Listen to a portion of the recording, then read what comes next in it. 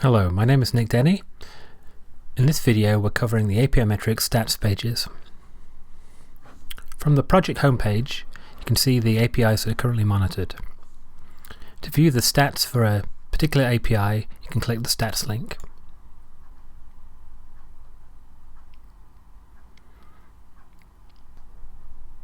The stats page has some options at the top. First is the date range you're looking at. And you can pick a time frame, say the last month or 2 months. And you can pick a time zone if you're looking at hourly data. The granularity lets you pick whether you're looking at hourly data, daily data or monthly data.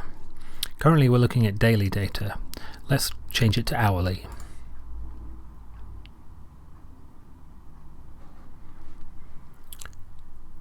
The next section is a location. So you can look at all the data across all the different locations we call from, or you can specify a specific agent. So each of these are the locations that this API call has been run from. Using location is good for the latency data because that removes any differences due to geography. Lastly is the metric. That lets you look at specific components of the latency. So by default it's the total time including the DNS, but you could change that to only look at, say, the processing time.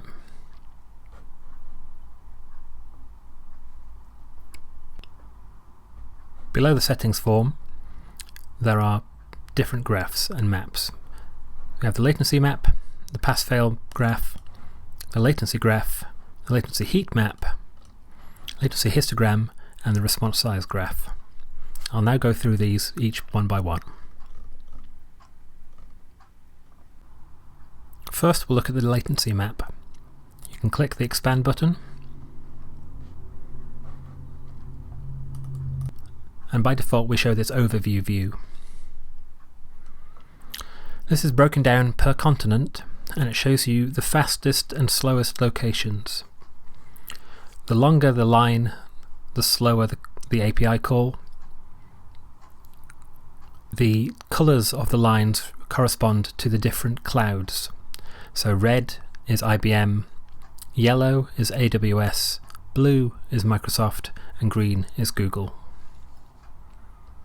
You can see here that some continents have more agents than others.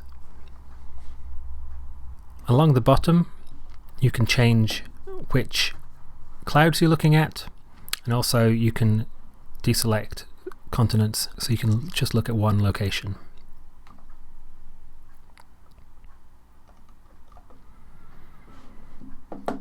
If you change it to the All Locations tab,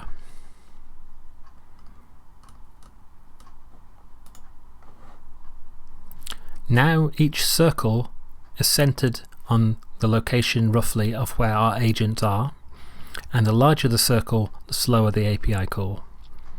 So you can see for this API, the API is quickest from the northwest of the US, slightly slower on the east coast, and then very slow in Africa, in New Zealand, Australia, and India. You can deselect the different continents, and let's concentrate on Asia.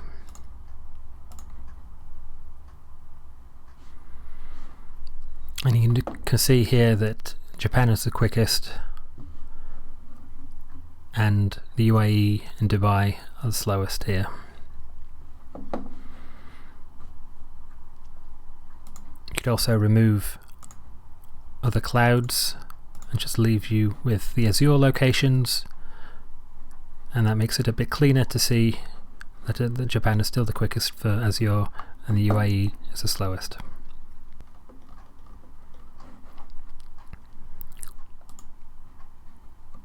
Don't forget you can look at different processing times using the metric drop down, so I can change that to TCP connection time.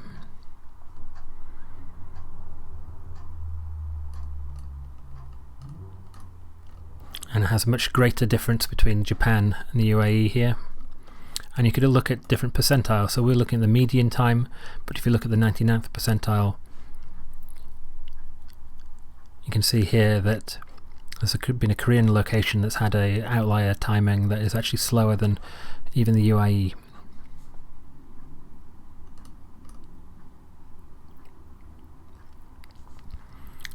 So the latency map is good for looking at how geography affects your API. You can shrink this down.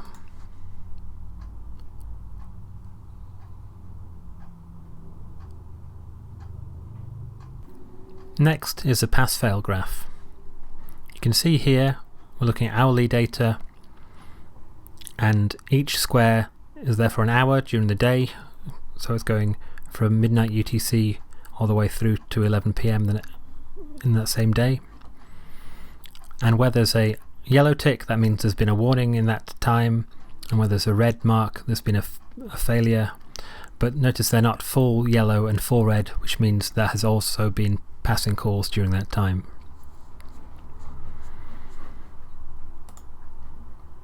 You can also look at the daily data, and you can see that and this in the weekly view, that they've had a few weeks where there has been at least one problem or two, but before that they had a completely clear week.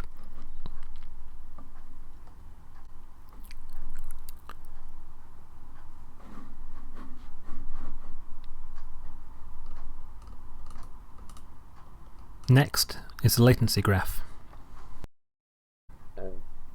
The latency graph is quite powerful. If you expand it,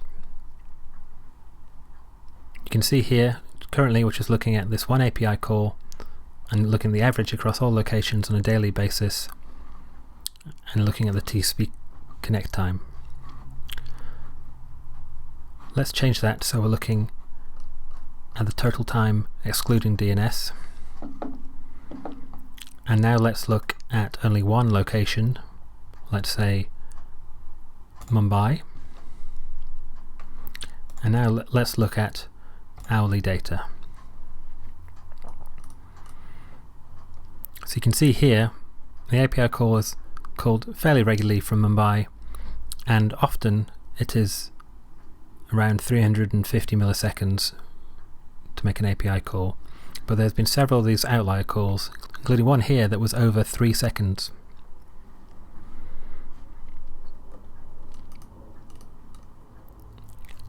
Now, it might be useful here to compare this with a different location, and we can do this with the controls at the bottom. So let's compare this location with the Hong Kong location, also on AWS.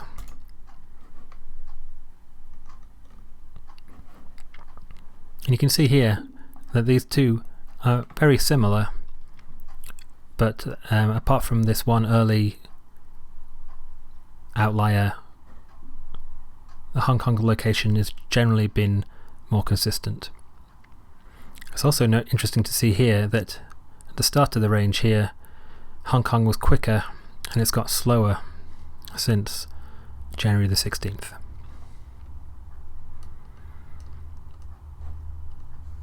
As well as comparing the same API across different locations, we could change this so we are looking at the same location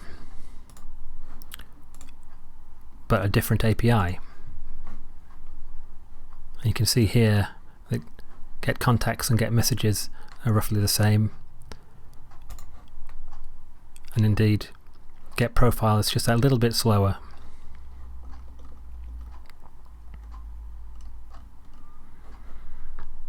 If you have just a few API calls, you can add all scheduled API calls, and that automatically adds API calls to your graph.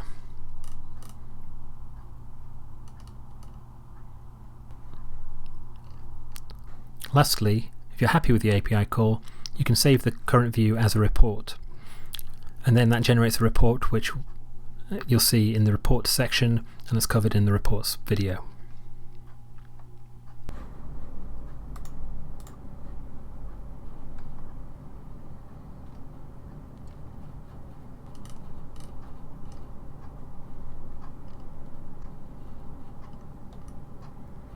The next graph is the latency heat map.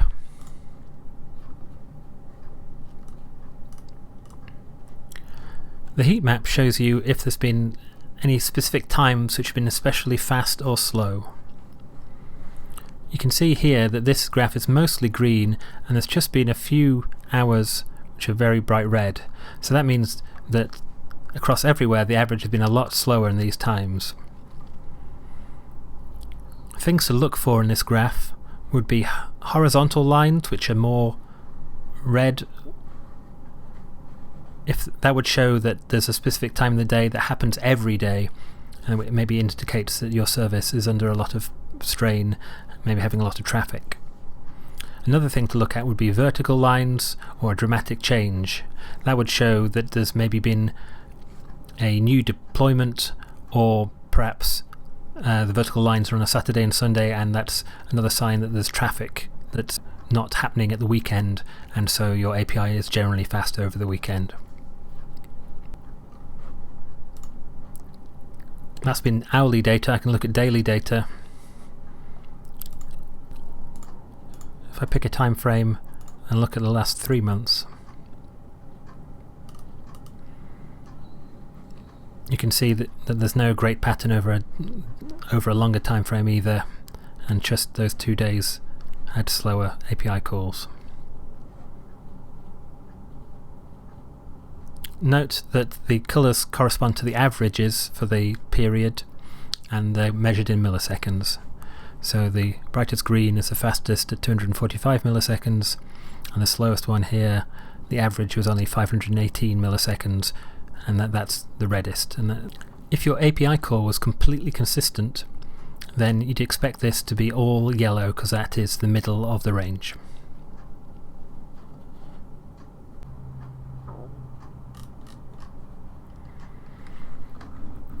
The next graph is a latency histogram. Each column in the histogram corresponds to a range of times and a range of latency. So you can see here there's been 587 API calls made, which have been between 50 and 100 milliseconds. And you can see that this is a nice normal looking distribution here. So this is a fairly normal API, but it's got a long tail, and this is where we'd see a lot of slower and outlier API calls.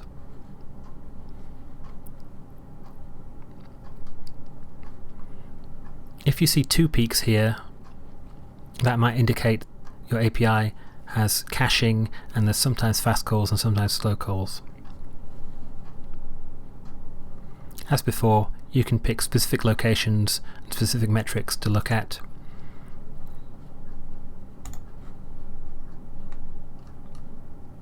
You can see here the AWS Japan location is very consistent. There's a very tall column for between 150 and 200 milliseconds, but there are a few of these API calls that have been a lot slower. The last option at the top is a bucket size. That defines how wide the columns are. So I could change this to 20 milliseconds. You can see here each column now is only 20 milliseconds wide, and you can see there's a sharp peak between 160 and 180 milliseconds, and it steadily drops off after that.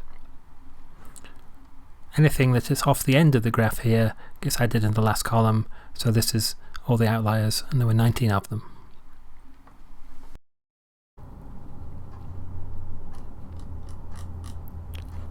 Lastly is the response size graph. This is like the latency graph, but instead of the timings, it's showing you the size of the response in bytes. As you can see here, this API is not always returning exactly the same payload, so the size does vary over time. This is useful to check if you're returning a list of items, and to see that you're always returning roughly the right size of list, and there's not the time when you're returning nothing. So it's good that if you see good news on your latency graph that your API is getting quicker, it's not just because it's returning less data.